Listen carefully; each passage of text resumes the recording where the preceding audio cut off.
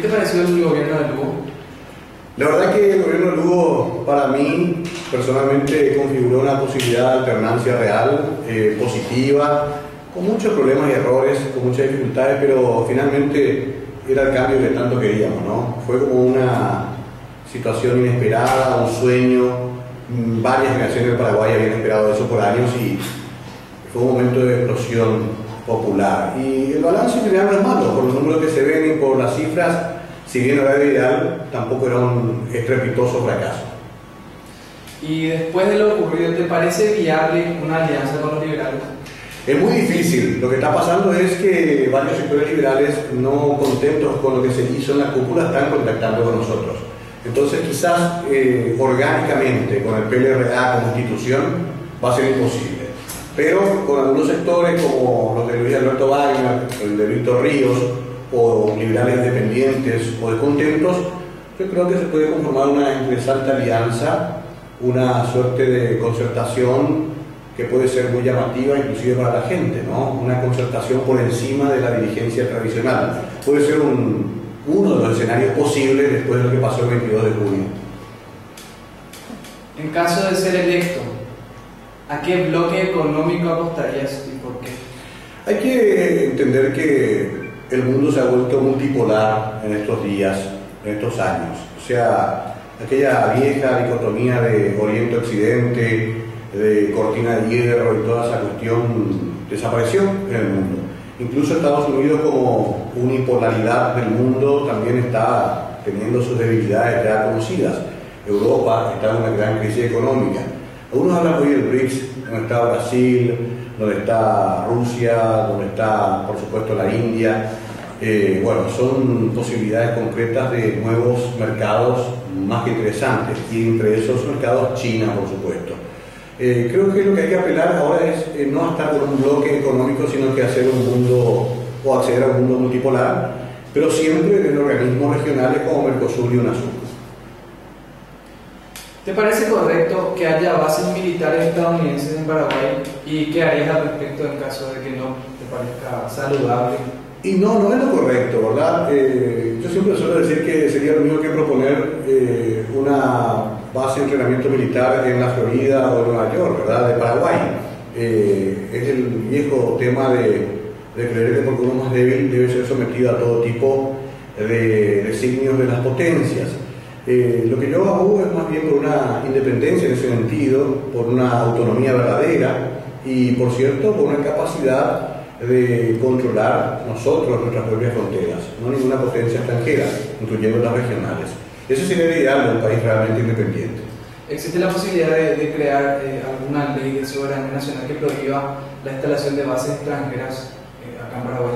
Yo creo que esos son temas que deberían tratarse en una constituyente. Es muy difícil modificar cualquier cosa en Paraguay con esta constitución. Por eso que el gran debate, una vez que pase la elección del 2013, va a ser ¿qué hacemos con la constitución que tenemos? La constitución que tenemos permite muchas cosas, entre ellas un golpe parlamentario. Bueno, habrá que revisar profundamente si queremos eso los paraguayos y paraguayas. ¿Tu programa de gobierno incluiría la recuperación de las tierras malavidas y la reforma agraria en beneficio del campesinado de las comunidades nativas? Por supuesto que hay que apuntar a eso, pero no puede ser solamente una cuestión de voluntad y casi de esperanza en que esto ocurra mágicamente. Para poder dirigirnos a ese escenario, primero tenemos que hacer el famoso catastro pospuesto hace más de 10 años en Paraguay, que es nada más y nada menos que medir la verdadera territorialidad que tiene el país. ¿Cuántos kilómetros cuadrados tenemos? ¿Cuántos pertenecen al Estado? ¿Cuántos fueron obtenidos de una manera espuria, de una manera ilegal? ¿Y cómo se puede recuperar ese territorio? Si no tenemos ni siquiera la medición exacta, es muy difícil hablar de ninguna forma de recuperación. Ha ocurrido algo insólito en el Paraguay en los últimos años. Tenemos en documentos más kilómetros cuadrados que en la realidad. O sea, en papeles, en títulos, tenemos mucho más de lo que en realidad el Paraguay tiene.